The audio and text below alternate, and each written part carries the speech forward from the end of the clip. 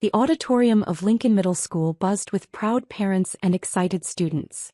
Afternoon sunlight streamed through the tall windows, casting long shadows across the rows of folding chairs. My son Marcus sat in the front row, his certificate for Regional Science Fair champion clutched in his 12-year-old hands. I watched from the third row, my heart swelling with pride.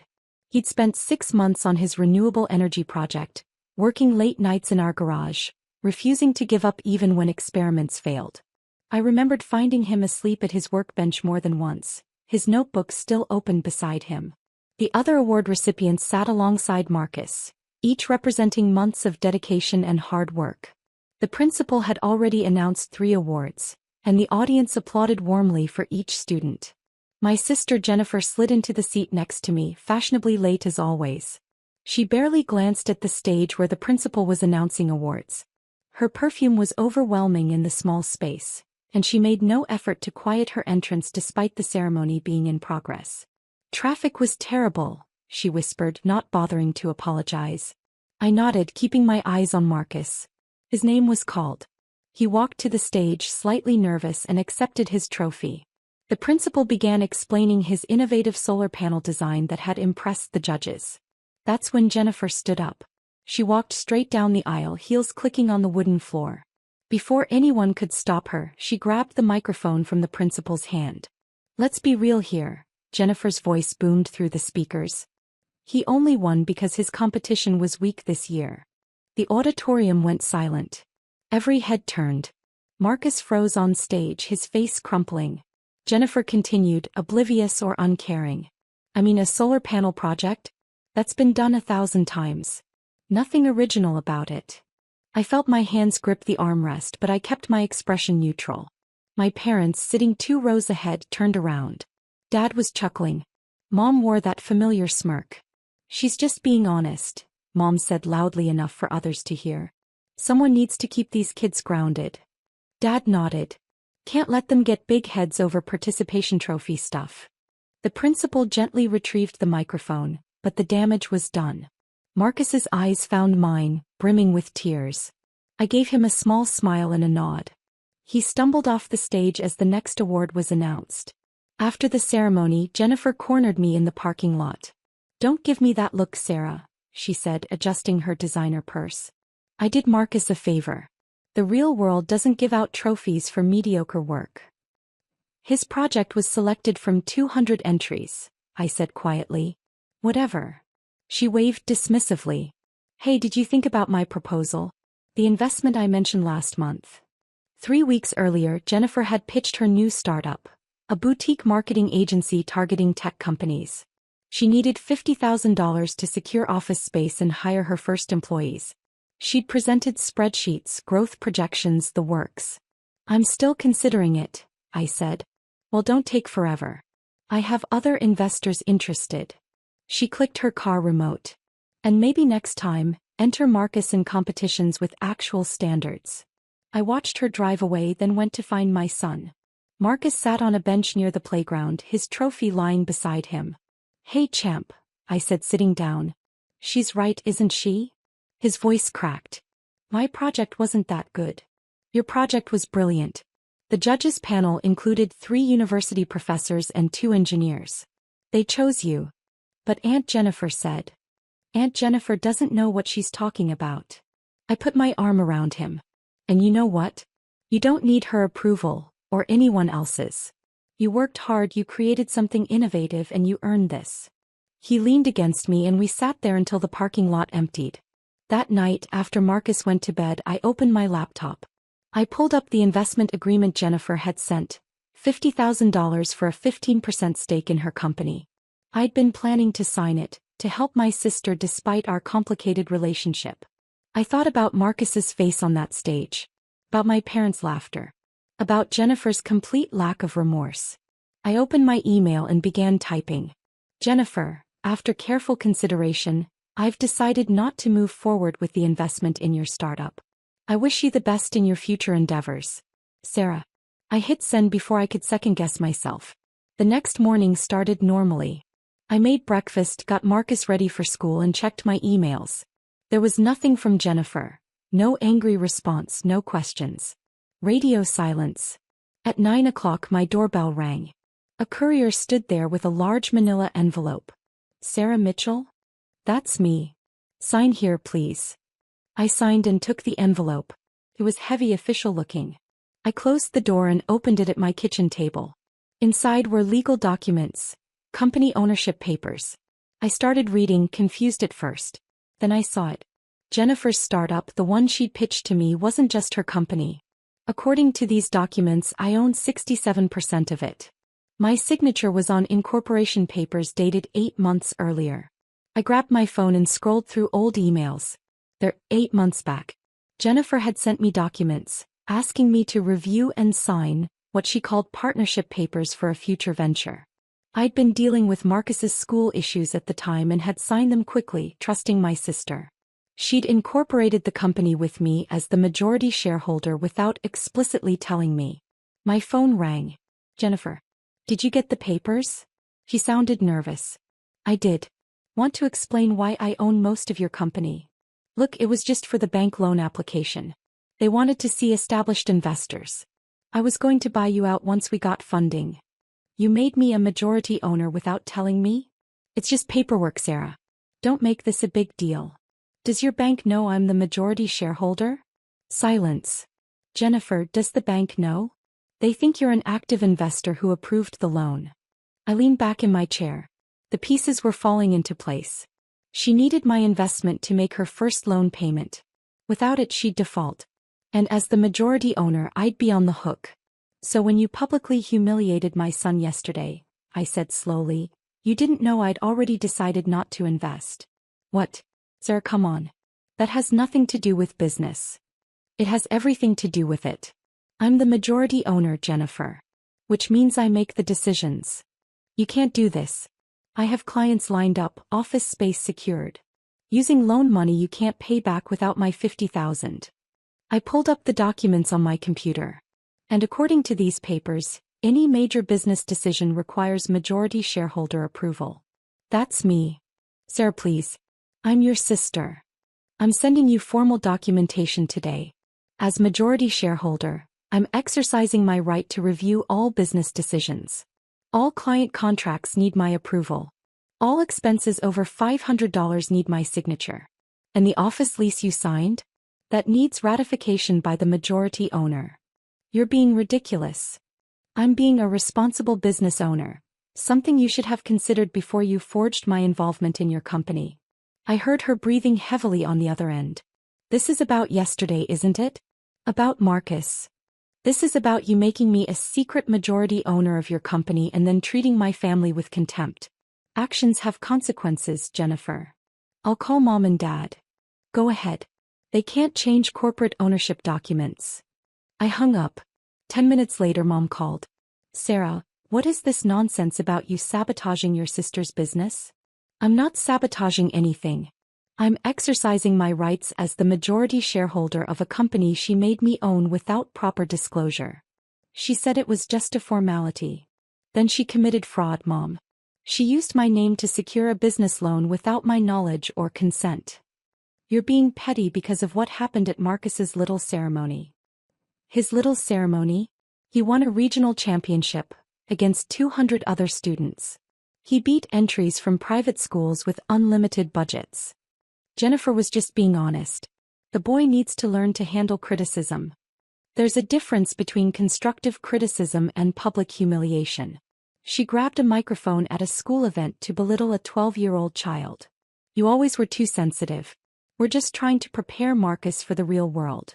And Jennifer needs to learn that actions have consequences.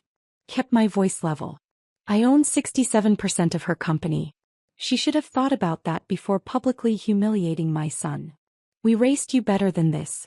Family comes first. Family should treat each other with respect. Something you and Dad never seemed to grasp when it came to me and Marcus. No, you raised me to accept being treated poorly. I'm done with that. I hung up before she could respond. The next few days were chaos. Jennifer sent dozens of emails, veering between apologetic and threatening. My parents called repeatedly. Dad even showed up at my house demanding I stop this childish revenge. I didn't budge. I hired a lawyer to review the company documents. It turned out Jennifer had not only made me the majority owner but had been using my name on multiple loan applications. My credit was tied to her business. If it failed, I'd be liable for hundreds of thousands of dollars in debt. The lawyer, a sharp woman named Patricia who specialized in corporate fraud, laid out the full extent of it.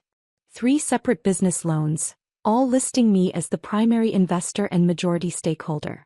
Jennifer had even fabricated email correspondence to make it appear that I was actively involved in business decisions. "You have grounds for a lawsuit," Patricia said, sliding the documents across her desk. "This is textbook identity fraud for financial gain. The bank would be very interested to know its loan was approved based on falsified investor information." My lawyer sent Jennifer a formal letter. Either she bought out my shares at fair market value, which she couldn't afford, or I would take active control of the company's operations. She chose option 3. She called a family meeting. We met at a restaurant, Jennifer, my parents, and me. Marcus was at a friend's house. "You're destroying my dream," Jennifer said as soon as I sat down. "You destroyed it yourself when you committed fraud using my identity." "It wasn't fraud. You signed the papers. Papers you misrepresented." "My lawyer disagrees with your interpretation." Dad leaned forward. "This is family, Sarah. You don't lawyer up against family. She made me legally responsible for a business without my informed consent. That's exactly when you get a lawyer." Mom shook her head. "All this because she spoke her mind at a school event?" "No. All this because she committed fraud, publicly humiliated my child, and expected me to give her $50,000 with no consequences." Jennifer's eyes filled with tears. "I apologized to Marcus. You sent a text that said, 'Sorry if you were offended.' That's not an apology. What do you want from me?"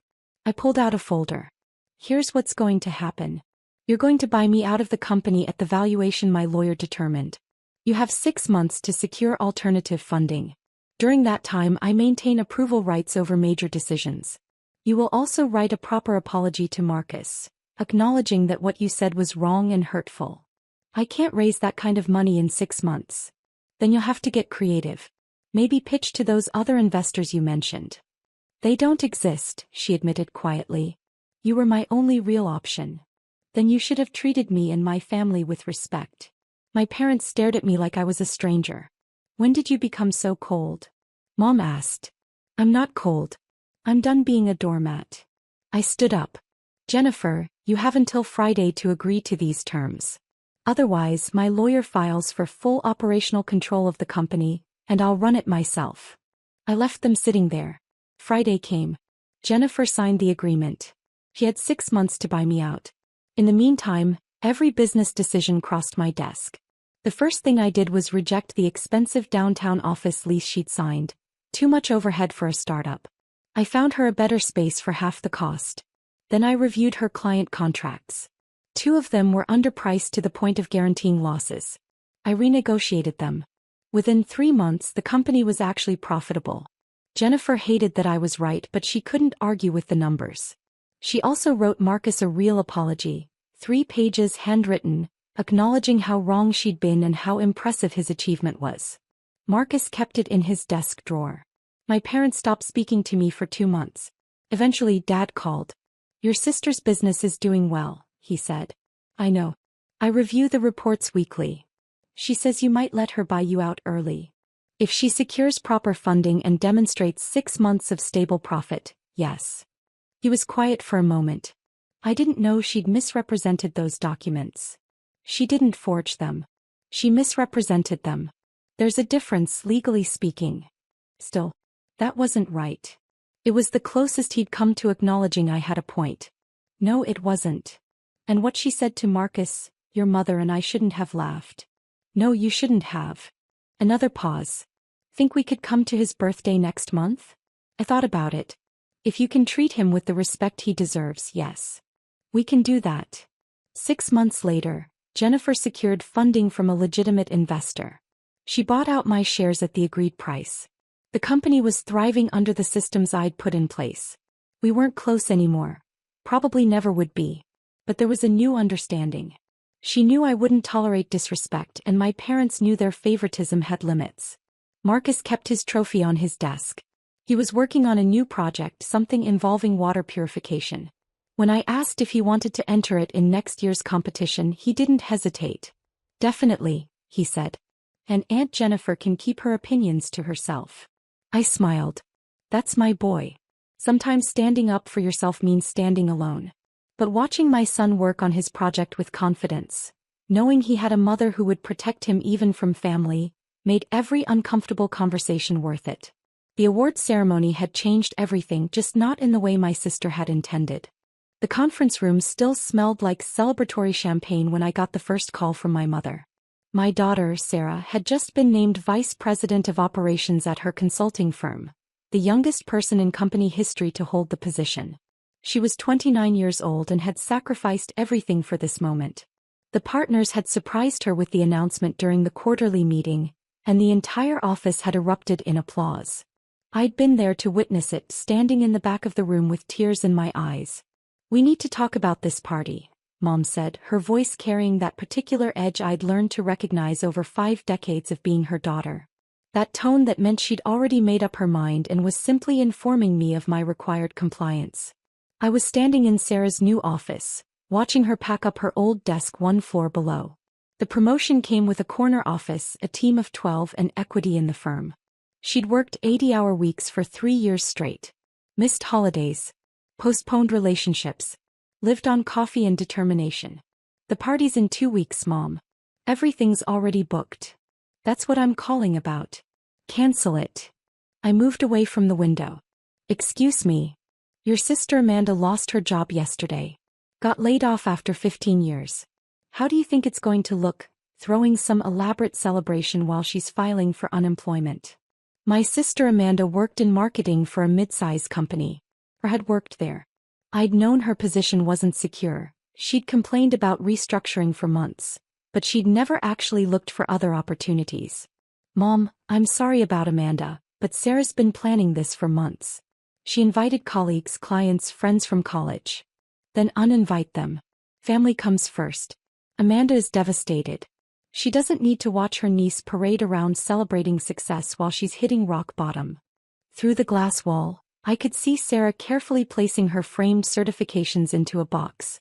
She had a master's degree from Wharton, 3 professional certifications, a track record of turning around failing projects that had made her indispensable to the firm.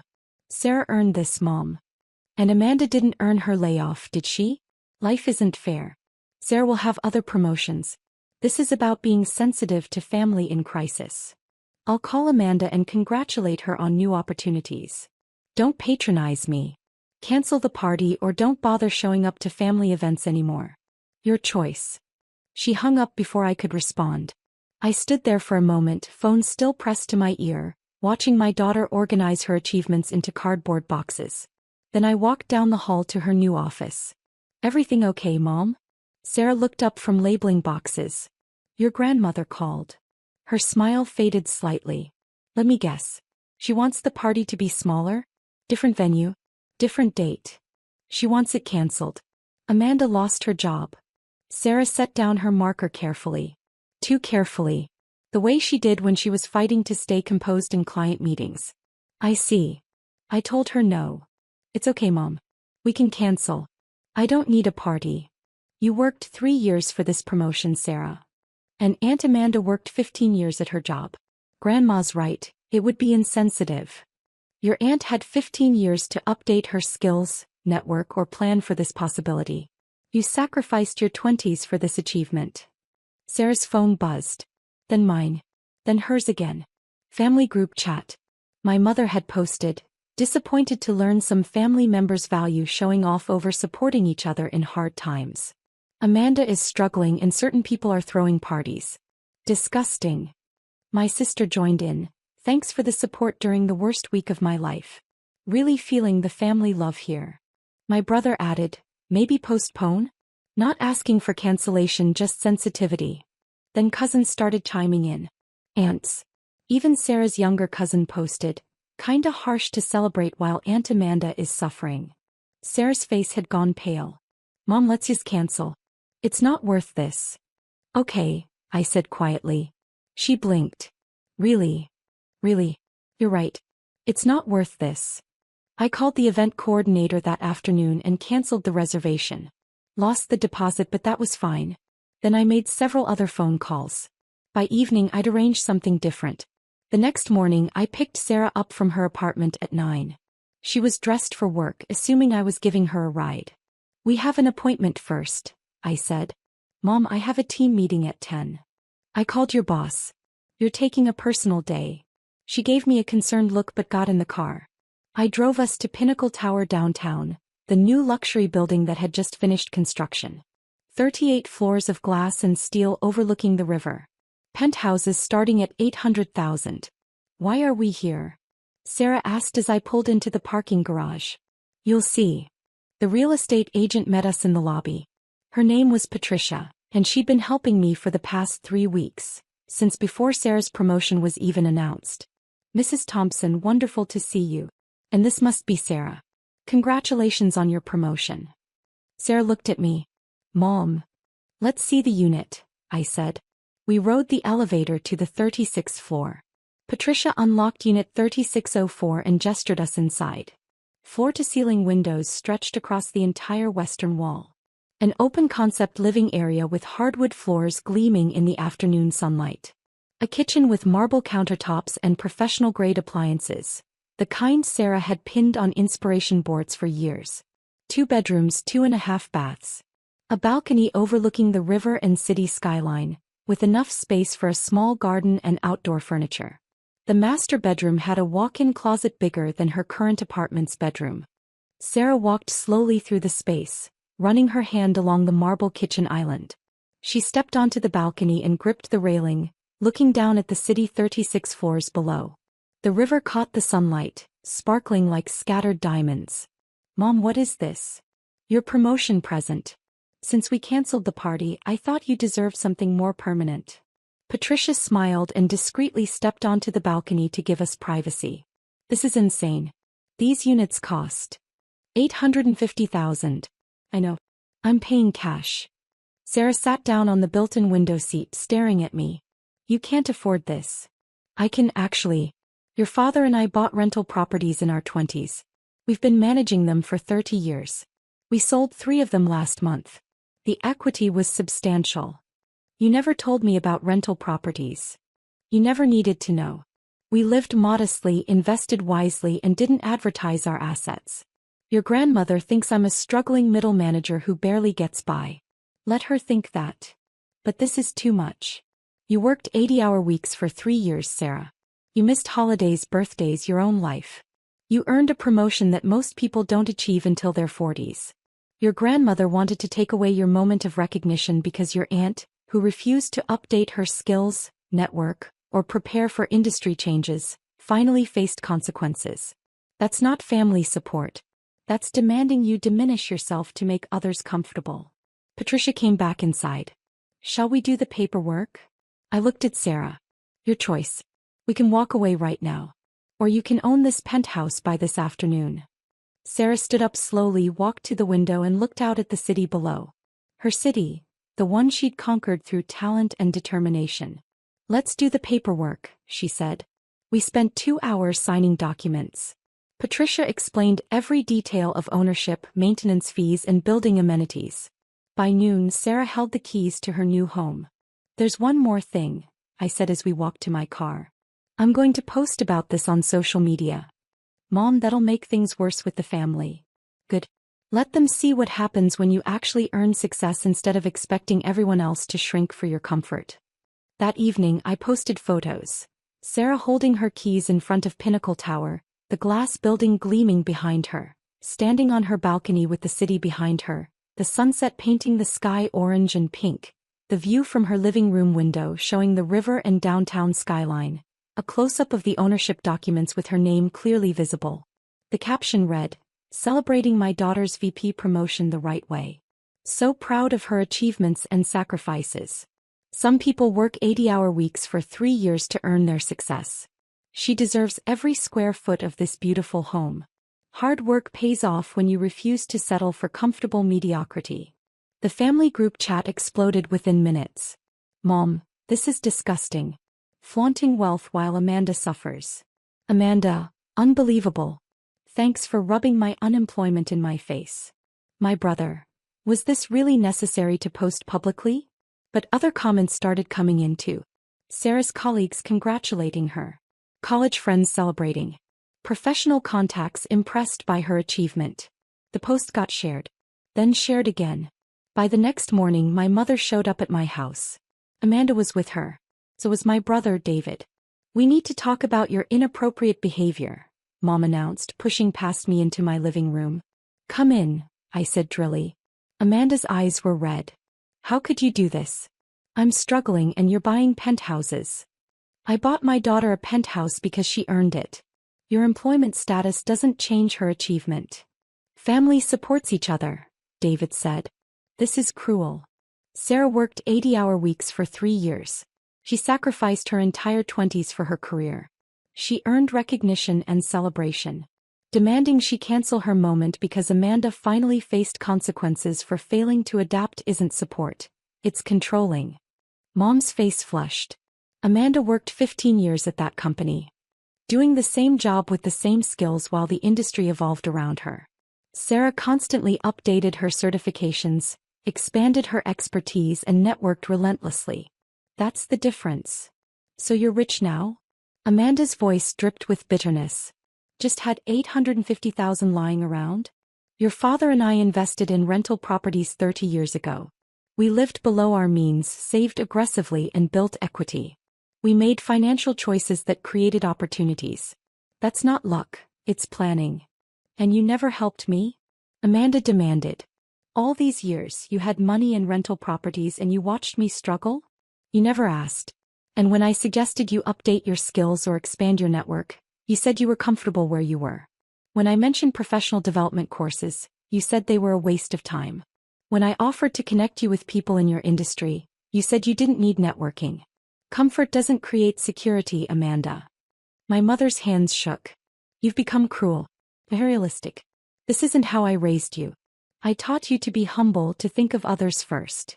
You raised me to believe that success should be hidden to avoid making others uncomfortable. That achievement should be diminished so unsuccessful people don't feel bad. That women especially should make themselves smaller to avoid threatening anyone. I raised Sarah differently. I taught her that hard work deserves recognition and that other people's choices aren't her responsibility to fix. She could have postponed the party, David said quietly. She could have. And then what? Postponed her next promotion party when someone else has a setback? Turned down opportunities because they might make others feel inadequate? Spent her life shrinking so everyone else feels comfortable? No. She earned this. She gets to celebrate it. The doorbell rang. I opened it to find Sarah still in her work clothes, holding a folder. Grandma, Aunt Amanda, Uncle David, she said, walking past them to the dining table. She spread out the papers. Since we're all here, I should show you these. Ownership documents. Building amenities guide. Mortgage information showing paid in full. Amanda stared at the papers. You really bought this? Cash. Mom bought it. I'm signing the final ownership transfer today at 3. While I'm unemployed. Great timing. Sarah looked at her directly. Aunt Amanda, I'm sorry you lost your job. That's genuinely difficult. But I worked 80-hour weeks for 3 years. I missed every family holiday. I postponed dating, friendships, hobbies. Everything. I earned this promotion through sacrifice and skill. Mom bought me this penthouse because she's proud of that work. Your job loss doesn't erase my achievement. Easy to say when you're standing in a penthouse. I'm standing in my dining room, actually. The penthouse is downtown. And yes, it is easier to say when you have success. That's why I worked for it. My mother gathered her purse. You've both made your position clear. Don't expect us at family events. Understood, I said. They left in a storm of slammed doors and muttered complaints. Sarah and I sat in silence for a moment. Are you okay? I asked. I'm signing ownership papers for a penthouse in 3 hours. I'm better than okay. We drove downtown together. Patricia met us at the building with the final documents. Sarah signed each page carefully, her hands steady. When she finished, Patricia handed her a leather portfolio with all the ownership records. Congratulations, Ms. Thompson. You're now the proud owner of Unit 3604. Sarah held the portfolio, looking down at her name on the documents. Visual. Permanent. My phone buzzed, the family group chat. My mother had posted a long message about family betrayal and materialism, and how success had corrupted her daughter and granddaughter. I muted the chat and put my phone away. Want to see your place again? I asked Sarah. As the owner this time? We rode up to the 36th floor. Sarah unlocked her door with her own key. Walked into her own home. Stood at her own floor-to-ceiling windows, looking out at her own view of the city. Thank you, Mom, she said quietly. Not just for this. For teaching me that I don't have to apologize for success. You earned every bit of this, sweetheart. Don't let anyone convince you otherwise. She smiled, and in that moment I saw everything I'd hoped to give her. Not just a penthouse, but something more valuable. The understanding that achievement deserves celebration, that hard work earns recognition, and that other people's failures aren't her responsibility to fix by diminishing herself. 2 weeks later, Sarah hosted a housewarming party. Her colleagues came. Her friends came. Professional contacts came. The people who celebrated her success instead of resenting it. The family group chat stayed muted on my phone. And somewhere in that beautiful penthouse, with the city lights spreading out below and the future stretching wide ahead, my daughter finally got the celebration she'd earned. The champagne flutes sat untouched on my kitchen counter, still wrapped in their protective packaging. 6 months of planning, countless vendor meetings, and a non-refundable deposit of $90,000. All of it hung in the balance because of a phone call I'd received 3 hours ago. Sarah, we need to talk about your wedding date. Mom's voice had that particular tone she used when she'd already made a decision and was simply informing me of it. The tone that meant this wasn't a discussion. It was a directive. I'd been reviewing seating charts with my fiancé Marcus when she called.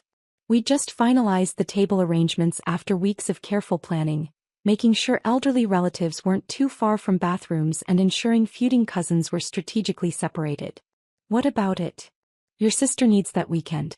She's getting married again, and the venue she wants only has that date available. The Grandview Estate, you know the one. Very exclusive. I set down my pen slowly, a cold feeling settling in my stomach. Mom, that's our date. We've had it booked for 6 months. We signed contracts. I understand, sweetheart, but this is important. Emma's been through so much with her divorces. 2 failed marriages really take a toll on a person. This could be the one. David seems different from the others. This is her 3rd wedding, Mom. In 5 years. Exactly why we need to make it special. She deserves happiness after everything she's been through. You know how sensitive she is about her past relationships. Marcus watched my face carefully, already knowing where this conversation was headed. We'd been together for 8 years, engaged for 2. Emma had been married and divorced twice in that same period. We've already sent save the dates to 200 people, I said, keeping my voice level. They've blocked off their calendars, booked flights, arranged childcare. Some of our friends are coming from overseas. They'll understand if you explain. These things happen all the time. Family comes first, Sarah. You've always understood that. Besides, Emma has her heart set on the Grandview Estate, and they only have your date available for the next year. You know how hard it is to book that venue. Mom, we booked the beachfront venue in Malibu. We've paid deposits to the caterer, the photographer, the florist, the band. Everything's arranged. The contracts have cancellation penalties. We're talking about thousands of dollars in non-refundable deposits. You can reschedule all of that. The beach will always be there.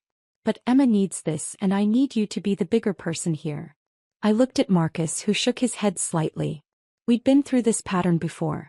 Emma's needs always took priority. Her first wedding had conflicted with my college graduation. I'd skipped the ceremony to be her maid of honor. Her second wedding had been scheduled the same weekend as my job interview for a position I'd worked years to qualify for. I'd declined the interview. What does Dad say about this? I asked. He agrees with me. Emma's happiness is what matters. You and Marcus have been together forever. You can wait a few more months. Emma needs to secure this while she has the chance. The chance. I repeated. Before the venue books up. Before David changes his mind. You know how these things work. David was Emma's current fiancé. They'd been together for 4 months. Mom, I'm not changing our wedding date. The silence on the other end lasted exactly 5 seconds. Then her voice turned cold. I see. So you're going to be selfish about this. I'm not being selfish. I'm keeping the wedding date we planned and paid for. Your father and I contributed to that wedding budget, young lady. We have a say in this. You contributed $5,000. We've spent $90,000 total. That $5,000 was a gift, and gifts can be revoked. If you won't be reasonable about this, don't expect us to be there. And don't expect any of the family to choose your wedding over Emma's. You're forcing everyone to pick sides. Marcus reached over and squeezed my hand. I'm not forcing anything, I said quietly. We're keeping our date. Then you're on your own. Don't come crying to us when you have an empty venue because everyone chose to support your sister instead. She hung up. Marcus pulled me into a hug. You okay? No, I admitted. But I'm done letting them do this. Over the next week the calls started. Aunts, uncles, cousins, all with the same script. Couldn't I be more flexible? Didn't I understand how important this was for Emma? Why was I being so stubborn? My father called on day 3. Your mother's very upset. So am I, Dad. Emma's fragile right now. This wedding could really help her get back on her feet. And what about my wedding? You're stronger than Emma. You can handle disappointment better. That sentence sat in my chest like a stone. 29 years of being the reliable one, the flexible one, the one who could handle disappointment. I'm keeping the date, Dad. Then I hope you and Marcus will be very happy together, because you're making a choice that's going to cost you your family. He hung up too. That night Marcus and I sat on our apartment balcony watching the sunset. What do you want to do? He asked. I want to get married, I said. I want the wedding we planned. I want the beach and the sunset and the people who actually care about us. Then that's what we'll do. My entire family just uninvited themselves. Your family maybe, but not our family. He pulled out his phone and started scrolling through our guest list. Look at this. Your college roommate who flew in from Tokyo for your engagement party and already bought her plane ticket for the wedding. My cousin who helped me pick out your ring and took time off work 6 months in advance. Your mentor from work who's been asking about the wedding for months and already ordered a custom gift. The friends who've been there for every milestone, who threw you that surprise 30th birthday party, who helped us move into this apartment. That's family too. Real family. I looked at the list, really looked at it. He was right. Out of 200 guests, maybe 30 were my blood relatives, and most of those were distant cousins I saw once every few years. The rest were people who'd chosen to be in our lives, who'd celebrated with us during good times and supported us through bad, who showed up when it mattered without being obligated by genetics. You know what? I said slowly. I have an idea. Marcus raised an eyebrow. I know that look. What are you planning? What if we just did it?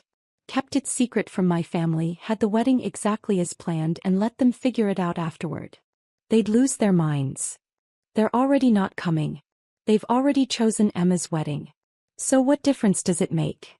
He considered this. You want to go full stealth mode? Complete radio silence. We tell the guests the truth, we have our perfect day, and we don't say a word to my parents or Emma until it's done. They'll find out eventually. Eventually isn't now. And by the time they do, we'll be married and they can't do anything about it. The smile that spread across Marcus's face told me he was in. We spent the next week making calls. Every guest on our list except my blood relatives got a personal call from us. We explained the situation, asked for their discretion, and almost everyone immediately agreed. Some were angry on our behalf. Others weren't surprised. Your mom pulled this at your graduation, my former roommate Jennifer said. I remember. You've been letting them do this your whole life. Not this time, I told her. The RSVPs came back. Out of 170 non-family guests, 168 confirmed. We were going to have our wedding. My mother called twice more, each time asking if I'd come to my senses. Each time I told her I was still thinking about it. Let her think she was wearing me down. Let her believe I'd cave like I always had. Emma called once. I heard you're being difficult about the date. I'm keeping my wedding date, Emma. You're really going to make me find another venue? Do you know how hard it is to plan a wedding? You've done it twice before. I think you'll manage. She gasped like I'd slapped her. That's cruel. What's cruel is asking me to cancel my wedding for yours. Family is supposed to support each other. You're right, I said. They are. I hung up before she could respond. 2 weeks before our wedding date, my mother left a voicemail. I hope you're happy. Emma found a venue for 2 weeks after your date, but it's not what she wanted. She's settling because of your selfishness. I hope you can live with that. I deleted the message. The Thursday before our Saturday wedding, Marcus and I took the day off work. We loaded our already packed bags into our car and drove to the airport. We'd moved the wedding up by 12 hours, starting Friday evening instead of Saturday afternoon. One more layer of protection. Friday afternoon, we stood on a beach in Malibu, surrounded by 168 people who'd chosen to be there. Jennifer was my maid of honor. Marcus's brother stood as his best man. The sunset was perfect. The flowers were exactly what I'd wanted. The photographer captured every moment. We said our vows as waves crashed behind us. I promised to choose him every day. He promised to build a life where I never came second. When the officiant pronounced us married, the cheer that went up could probably be heard a mile away. At the reception, my mentor from work gave a toast. I've watched Sarah navigate impossible situations with grace for 5 years. Today she chose herself. That takes more courage than any of us realize. The party lasted until midnight. We danced, we laughed, we celebrated with people who genuinely loved us. Not one person mentioned my absent family. It was like they didn't exist. Saturday morning we posted the photos. All of them.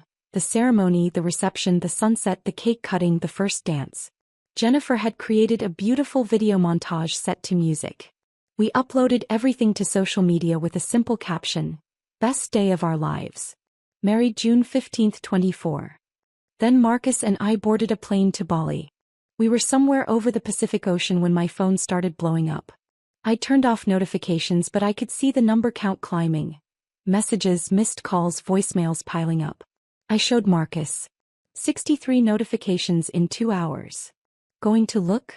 Not until we land. We touched down in Bali 14 hours later. I turned my phone back on while we waited for our luggage. 147 notifications. The messages were a mix. Friends sending congratulations. Distant relatives who'd seen the posts asking why they weren't invited. And then my immediate family. Mom, how could you do this? Mom, you lied to us. Mom, you had a wedding without your own mother? Mom, everyone is asking me why I wasn't there. I'm humiliated. Emma, you're unbelievable. You had your wedding anyway and didn't even tell us. Emma, people are commenting on your photos asking about me. This is MY weekend. Dad, very disappointed in your behavior. Call me immediately. Aunt Linda, your mother is devastated. How could you be so selfish? And then buried in the middle from my cousin James, good for you. Your wedding looked beautiful. Congrats. I showed Marcus the messages. He scrolled through them, his jaw tightening. They're mad they couldn't control you, he said finally. They're mad they look bad, I corrected. Mom's humiliated because people are asking questions. Emma's upset because my wedding is getting attention during her weekend, even though my wedding was first. What do you want to do? I looked at my phone at the guilt trips and accusations and demands. Then I looked at my new husband, at the ring on my finger, at the beautiful island stretching out before us. Nothing, I said. I want to do absolutely nothing. I want to enjoy my honeymoon with my husband, and they can figure out their own feelings. I turned my phone on airplane mode and dropped it in my bag. We spent 2 weeks in Bali, snorkeling, temple visits, beach dinners, couples massages. We talked about our future, about the family we'd build together, about the boundaries we'd need to maintain. You know they're not going to let this go, Marcus said one evening as we watched the sunset from our villa. I know. But I'm done letting their inability to be happy for me dictate my choices. Even if they cut you off completely? Even then. I spent 29 years trying to earn their approval by being whoever they needed me to be. I'm done. When we returned home, there were more messages. Mom had called 12 more times. Emma had sent a long text about how I'd ruined her wedding weekend by stealing her thunder. Dad had sent one line: "When you're ready to apologize, we'll talk." I read them all, then blocked their numbers. It's been 3 months now. We're settled into married life. Our apartment has wedding photos on every wall. Friends still comment on how beautiful the day was. A few family members reached out privately to apologize for not standing up for us sooner. My parents and Emma haven't contacted me since I blocked them, though I heard through my cousin that Emma's wedding went off without a hitch. She got her perfect day at the Grandview estate. And I got mine too, on a beach in Malibu, surrounded by people who chose love over obligation, with a man who promised I'd never come second again. I don't regret a single decision. Not the secret planning, not the social media reveal, not the blocking. Because for the first time in my life I chose myself. And that choice gave me the most perfect day I could have imagined. The champagne flutes are unpacked now, sitting in our kitchen cabinet. We use them for special occasions, like the night we got back from Bali and toasted to our future, to our freedom, and to the family we're building together. We chose ourselves. And we'd do it again. The fluorescent lights of the pediatric intensive care unit had become my entire world. My daughter Emma, just 3 months old, lay in the incubator with tubes running from her tiny body. Respiratory syncytial virus, the doctors said. Critical but stable. Those 2 words had become my mantra, repeated every time a machine beeped or a nurse rushed in to check vitals. I'd been here for 72 hours straight, sleeping in the uncomfortable vinyl chair beside her crib, leaving only to use the bathroom. The chair had left permanent indentations on my back. My clothes smelled like antiseptic and fear. I hadn't showered since we arrived. None of it mattered compared to watching Emma's chest rise and fall, counting each breath like a prayer. My stomach had stopped growling around hour 50. Now it just ached, a dull, constant reminder that I hadn't eaten since the granola bar I'd grabbed before the ambulance came. The hospital cafeteria had closed hours ago, and I couldn't leave Emma's side long enough to find food elsewhere. What if something happened while I was gone? What if she needed me and I wasn't there? The vending machines on this floor had been emptied yesterday. I checked twice. My wallet had $43 in it, but that didn't matter when there was nowhere to spend it and no one to watch Emma while I searched. I pulled out my phone and opened the family group chat. Mom, Dad, my older sister Jennifer, and my younger brother Marcus. Surely one of them could help. I haven't eaten in days, I typed, my fingers shaking slightly from exhaustion and hunger. Please bring food. Anything. I'm at City General, Pediatric ICU. The 3 dots appeared almost immediately. Mom was typing. You chose to be a single mom, deal with it. I stared at the message, waiting for the follow-up, the clarification, anything that would make it not mean what it clearly meant. But nothing came. Then Jennifer's message popped up. We told you not to have that baby. Actions have consequences. Marcus added his contribution. Can't bail you out of every bad decision, sis.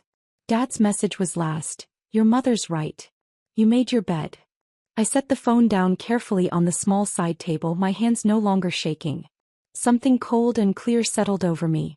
I looked at Emma's tiny chest rising and falling with the help of the ventilator, and I made a decision. Understood, I typed back. Then I muted the group chat.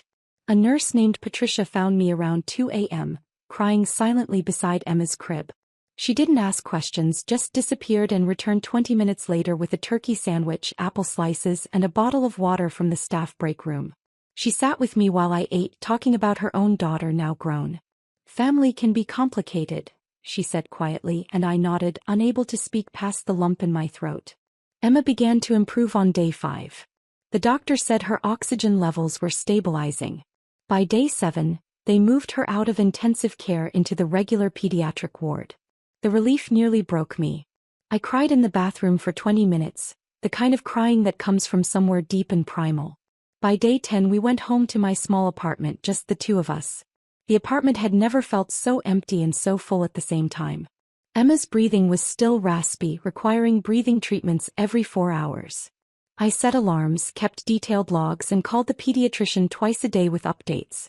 I blocked out the memory of that group chat, filed it away in a place I wouldn't have to look at it. But late at night, during the 2 a.m. breathing treatment, I'd remember Mom's words. You chose to be a single mom, deal with it. The words echoed in the quiet apartment. I went back to work at the consulting firm 2 weeks later. Emma in daycare, my life a careful balance of bottles and deadlines and sleepless nights. My boss had been understanding about the hospital stay, but understanding only went so far. I had clients to manage, presentations to give, reports to file. Every morning I dropped Emma at Little Sprouts daycare at 7:15 a.m. Every evening I picked her up at 6:30 p.m., rushed home, did the bath bottle bed routine, then opened my laptop to finish the work I couldn't complete during office hours. On weekends I meal prepped, did laundry, cleaned, scheduled doctor's appointments and paid bills. There was no margin for error, no safety net. I didn't reach out to my family. They didn't reach out to me. The silence was easier than I expected. No obligatory Sunday dinners where they'd make comments about my choices. No holiday gatherings where I'd feel like the family disappointment. Just me and Emma building our own little world. 6 weeks after that night in the hospital, my phone buzzed with a notification. The family group chat still muted. I almost ignored it, but something made me open it. Maybe curiosity. Maybe the small part of me that still hoped they'd acknowledged what they'd done. Mom had sent a message to everyone. Our restaurant is failing. Need $5,000 to make rent and payroll. Can everyone chip in? I sat back against my couch, Emma asleep on my chest. Their restaurant. The one they'd opened 3 years ago with money from selling their house, pouring everything into a farm-to-table concept in the trendy downtown district. Harvest Moon, they'd called it. Locally sourced ingredients, craft cocktails, exposed brick walls. They'd talked about it endlessly at family dinners before Emma was born, their dream finally realized. The opening had been lavish. I'd been 7 months pregnant, standing in the corner while they toasted with champagne and posed for photos with local food bloggers. They'd never asked me to invest, of course. I was just the daughter who'd gotten pregnant by a man who disappeared the moment he saw the positive test. What could I possibly contribute? I'd heard through mutual acquaintances that business had been struggling. Competition in the downtown food scene was brutal. 3 other farm-to-table places had opened within 6 blocks. Reviews had been mixed. But I hadn't realized things were this bad. Jennifer responded first. I can do $500. Things are tight with the kids' tuition. Marcus, maybe $300? Just bought a new car. Dad, we're asking you kids because the bank won't extend our credit. This is serious. Mom, we could lose everything. 20 years of savings. Please. My fingers moved across the screen almost of their own accord. You chose to open a restaurant. Deal with it. I hit send and set the phone down. Emma stirred against my chest, making small sleeping sounds. I waited. The response came in seconds. Mom, how dare you? This is family. Jennifer, wow. Really showing your true colors. Marcus, that's cold even for you. Dad, your mother and I are shocked. After everything we've done for you. I didn't respond. I put the phone on silent and focused on my daughter. The next morning, a Saturday, my doorbell rang at 8:30 a.m. I checked the peephole and saw my mother standing there, my father beside her. Both looked older than I remembered. Mom's hair had more gray. Dad's shoulders were slumped in a way I'd never seen before. I considered not answering, but Emma was awake and happy in her bouncer, and I was tired of hiding. I'd spent too many years trying to please them, trying to earn approval that never came. What did I have left to lose? I opened the door but didn't invite them in. The morning air was cool. I was still in my pajamas, hair unwashed, but I stood straight. We need to talk about this, Mom said, her voice tight and controlled. Family helps family. Like you helped me when Emma was dying in the hospital? The words came out flat, emotionless. I'd practiced this in my head during sleepless nights. When I was starving and terrified and begging for a sandwich? Dad's face reddened the way it always did when he was embarrassed or angry. That was different. We were teaching you responsibility. You needed to understand the weight of your choices. By letting me starve while my infant daughter fought for her life. I shifted Emma to my other hip. She grabbed at my hair, oblivious to the tension. That's an interesting definition of responsibility. Tell me, what was the lesson? That my child's life didn't matter? That my suffering was deserved? You're being dramatic, Jennifer said, appearing behind them on the walkway. She must have been waiting in the car. It was 3 days. You didn't actually starve. Don't be hysterical. I looked at my sister, the one who'd always been the favorite. Perfect grades, perfect husband, perfect kids in their perfect private school. She'd never made a mistake in her life, never needed help she couldn't pay for. You're right, I said calmly. I didn't starve. I didn't die. Emma didn't die, though it wasn't for lack of trying on that virus's part. A nurse I'd never met before. A complete stranger named Patricia fed me from the staff break room because my own family told me to deal with it. I paused, letting that sink in. So now I'm telling you the same thing. Deal with it.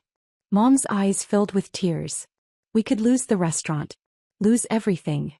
Then you'll understand exactly how I felt watching my daughter struggle to breathe while my stomach ate itself and my family told me I deserved it. I started to close the door. Now if you'll excuse me, Emma needs her breakfast. Wait, Dad said, his hand catching the door. What if we apologize? Would you help then? I looked at him, really looked. He was serious. He thought an apology now, 6 weeks later, extracted under financial pressure, would somehow fix this. You don't get it, I said quietly. I don't have $5,000 to give you. I'm a single mother working 60-hour weeks to afford daycare and rent. But even if I did, even if I had $50,000 sitting in the bank, I wouldn't give it to you. Because you're vindictive, Jennifer spat. No. Because you taught me an important lesson in that hospital. You taught me that I'm on my own.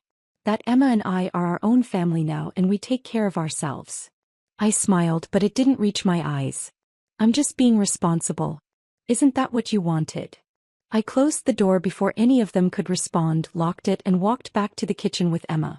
My hands were steady as I prepared her bottle. Through the door I could hear them arguing on my doorstep, voices rising and falling.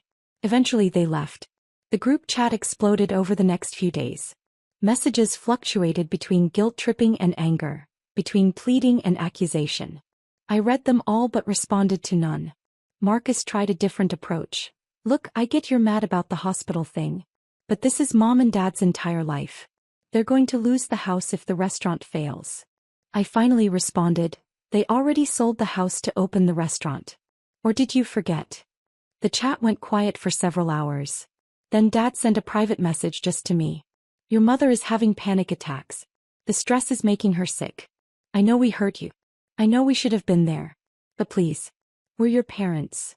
I stared at the message for a long time, Emma playing with her toys on the blanket beside me. I thought about that night in the hospital, the fluorescent lights, the fear, the hunger. I thought about Patricia, the nurse, a stranger who showed me more kindness than my own family. You were my parents, I typed back. Past tense. You made your choice when I needed you most. Now live with it. I blocked his number. Then I blocked all of them. 2 months later I saw that the restaurant had closed. The windows were papered over, a for lease sign hanging in the door. I'd driven past it on my way to a client meeting downtown. The sign also advertised turnkey restaurant space available, with a realtor's phone number. I felt nothing looking at it. No satisfaction, no guilt, nothing. It was just a building where people used to eat. Another failed business in a competitive market. The sidewalk table where they used to serve weekend brunch was gone. The chalkboard sign announcing daily specials had disappeared. I heard through a mutual friend that my parents had moved in with Jennifer, that they'd filed for bankruptcy, and that Dad had gone back to work at 63, doing consulting for his old firm. Mom wasn't speaking to anyone outside the family. They blamed me for not helping, for being cruel, for choosing revenge over family. The narrative they'd constructed was simple. I could have saved them and chose not to. But here's what they never understood. It wasn't revenge. Revenge would have required me to care, to want them to hurt the way they'd hurt me. I simply didn't care anymore.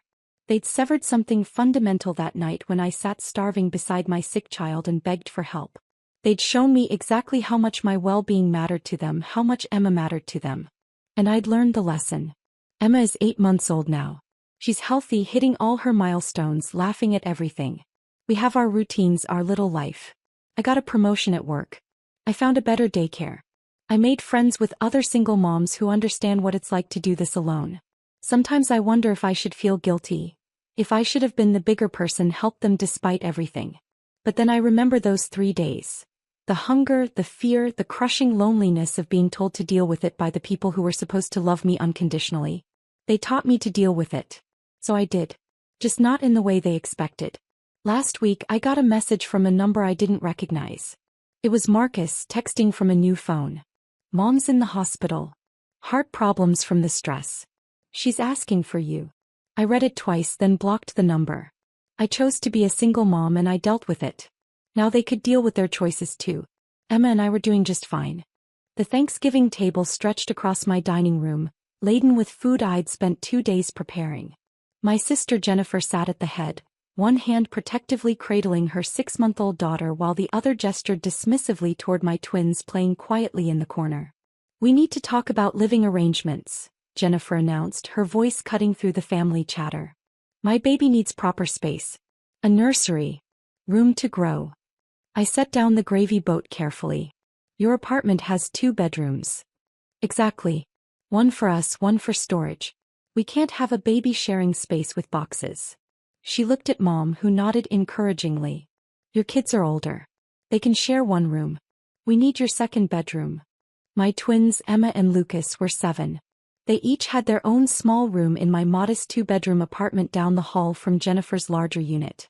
"They already share everything else," I said quietly. "Their rooms are their only private spaces." "Children don't need privacy at that age," Mom interjected. "Jennifer's baby is an infant. Completely different needs." My brother David smirked from across the table. "Come on, Sarah. Be reasonable. Your kids are in school all day anyway. What do they need separate rooms for? Besides," Jennifer continued, "I've been thinking about this building situation. It's not really fair." "What situation?" I asked. "You living here rent-free while the rest of us pay. Just because you help the landlord with bookkeeping doesn't mean you should get special treatment." I'd been managing the building's finances for 3 years. Rent collection, maintenance scheduling, vendor payments, tax documentation. The previous owner had valued my accounting background. "I pay rent," I said. "Barely anything, I'm sure." Jennifer waved her hand. "The point is, my baby deserves better than what we can currently provide. And you're hoarding space." "Hoarding," I repeated. 2 bedrooms for 3 people when we have 3 people crammed into 2 bedrooms. The baby sleeps in our room. It's not sustainable." Aunt Linda joined in. "Jennifer has a point, Sarah. Babies need so much equipment. Cribs, changing tables, monitors. Where does she put it all?" "In the nursery she should have," Jennifer answered. "Which is why I'm giving you notice. 1 month to consolidate your kids into 1 room. I'll take over the lease on your 2nd bedroom. We can work out a fair price." The absurdity almost made me laugh. "You want to rent my daughter's bedroom?" "I want what's best for my child. Something you'd understand if you prioritized properly." She looked pointedly at my twins who had stopped playing to listen. "Your kids will be fine sharing. Mine needs proper accommodations." "The building doesn't work that way," I said. "Then we'll talk to the landlord about transferring space. I'm sure they'll be reasonable once they understand an infant's needs come before elementary school children's wants." Mom reached over and squeezed Jennifer's hand. "You're such a good mother. Always putting your baby first."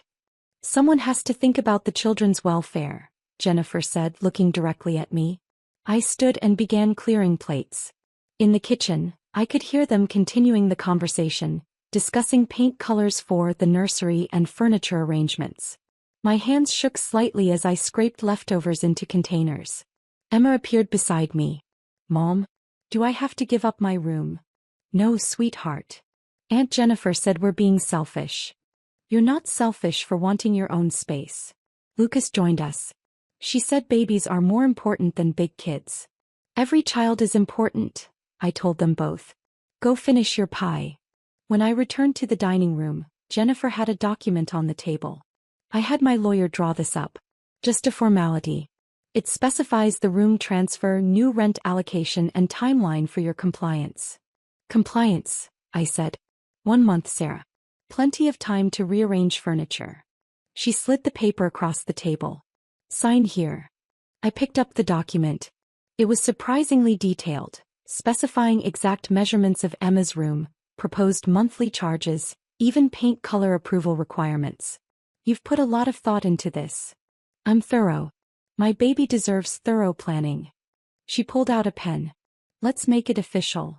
"Before I sign anything," I said carefully, "I should mention something about the building." "What about it?"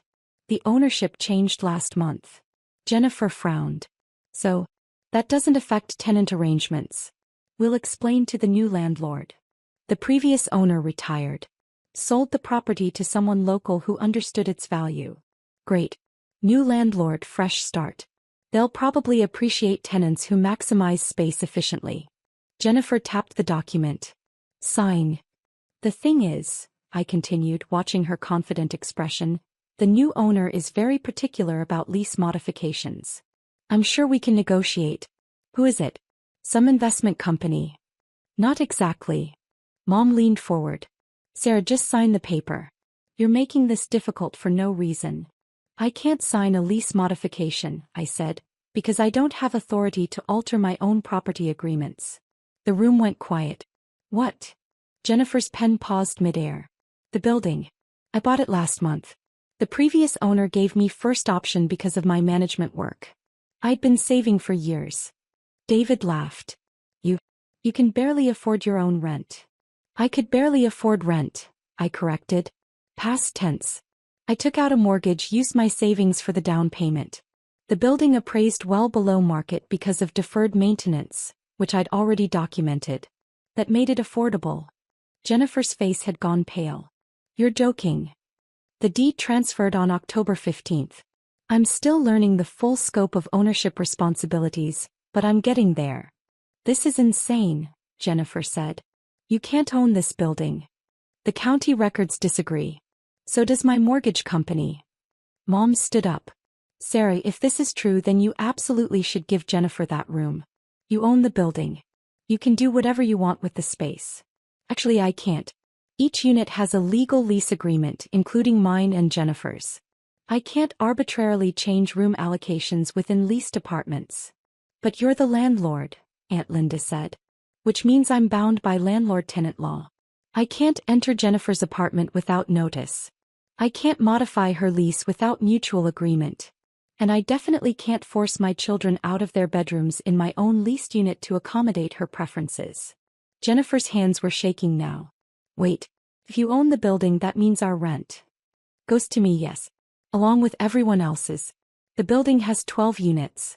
Yours is the largest 3-bedroom on the top floor. The most expensive unit, David said slowly. Market rate for the neighborhood. You negotiated your lease 3 years ago when rates were lower. It's actually below current market value. Jennifer's lawyer-prepared document lay on the table between us. I picked it up again, reading her proposed terms more carefully. This is interesting, I said. You wanted to charge me $400 monthly to lease my daughter's bedroom. But your current rent for a 3-bedroom is $1,800. So, Jennifer snapped. So a single bedroom in a 2-bedroom unit shouldn't cost nearly a quarter of a 3-bedroom's total rent. The math doesn't work. I set the paper down. Unless you were planning to profit from my daughter's space while still paying your own lower rent. Mom reached for the document. Let me see that. Also, I continued, your lease comes up for renewal in February. 3 months from now. Jennifer's eyes widened. You wouldn't. Wouldn't what? Raise my rent. Kick me out. That's vindictive. I wouldn't kick you out for no reason. That's illegal. But I will be bringing all units up to current market rates at renewal time. The building appraiser valued your apartment at $2,300 per month based on size and location. That's $500 more than I pay now. It's market rate. Everyone's lease will adjust accordingly. I'm actually required to charge fair market value for tax purposes. David cleared his throat. What about us? Our lease. Yours renews in April. 2-bedroom units are appraising at $1,900. You currently pay $1,500. A $400 increase? His smirk had vanished completely. I'll work with everyone on the timeline. Maybe phase increases over 2 years. But yes, the building has been undercharging for a while. It's why the previous owner sold. He couldn't afford maintenance at current rent levels. Mom set down the document with shaking hands. Sarah, you can't do this to family. I'm not doing anything to family. I'm running a business according to legal requirements and market standards. We'll move out, Jennifer said. All of us. You'll have empty units. That's your choice. Though finding 3-bedroom apartments in this neighborhood under $2,500 is difficult. I checked. I started gathering dessert plates. I'm happy to keep you all as tenants at fair market rates. Good tenants who pay on time are valuable. You've been planning this, Jennifer accused. Waiting to trap us. I've been saving money and working extra hours to afford a property investment. You've been planning to take my daughter's bedroom and charge me for it. I looked at her lawyer document again. This is dated 2 weeks ago. You've been planning this since before Thanksgiving. Aunt Linda stood abruptly. I think we should go. Dessert is still out, I offered. I've lost my appetite. She grabbed her coat. Come on, Jennifer. Let's get the baby home. Jennifer gathered her daughter and the diaper bag, her movements jerky with anger. At the door she turned back. This isn't over. Your lease ends February 28th, I said. You'll receive renewal terms by January 15th as legally required. 60 days notice. I meant about the room. That was over before it started. My children's housing isn't negotiable. After they left, David remained at the table. You really bought the building? Mortgage documents are in my office if you want to see them. And you're really raising everyone's rent? To market rate, yes. The building needs significant work. New roof next spring, updated electrical facade repairs. That requires income. He was quiet for a moment. I make comments sometimes. About your job, your situation. I didn't realize that I was saving every extra dollar for 3 years. Working weekend bookkeeping clients. Driving a 12-year-old car while you bought new. Yeah. People see what they expect to see. Mom hadn't moved from her chair. You let us believe you were struggling. I was struggling. Struggling to save enough for a down payment while raising 2 kids alone and managing a building's worth of financial records. I sat back down across from her. You assumed struggle meant failure. Jennifer is going to be very upset about this rent increase. Jennifer tried to legally compel me to give her my daughter's bedroom and pay her for the privilege. I think she'll survive adjusting to market rate rent. She's your sister. Which is why I'll give her the same phase-in option I'm giving everyone else. A 2-year gradual increase instead of an immediate jump to market rate. That's family consideration.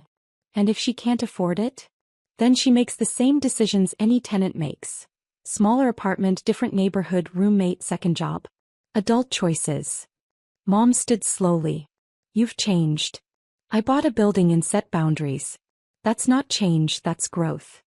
After everyone left, I found Emma and Lucas in the living room, pretending to watch television but clearly listening to every word. Is Aunt Jennifer mad? Emma asked. Aunt Jennifer is surprised. There's a difference. Are we keeping our rooms? Lucas wanted to know. Yes, boys. Those are your spaces. Emma climbed into my lap despite being almost too big for it. You were really quiet when she was being mean. Sometimes being quiet is powerful. I knew something she didn't. That you own the building? That her plan couldn't work no matter how loud she got about it. Lucas considered this. So you didn't need to yell because you had the real power? Something like that. The next morning my phone started ringing early, Jennifer, then Mom, then Aunt Linda. I let them go to voicemail while I made breakfast for the kids. By noon, Jennifer had sent 4 text messages ranging from angry to pleading. The last one read, "Can we please talk about this reasonably?" I replied, "Lease renewal terms will arrive by January 15th as required by law. All other building matters go through the management company." You're the management company. Yes. And I keep business and family separate. Your rent is a business matter. 3 days later, a formal letter arrived from Jennifer's lawyer requesting lease modification discussions.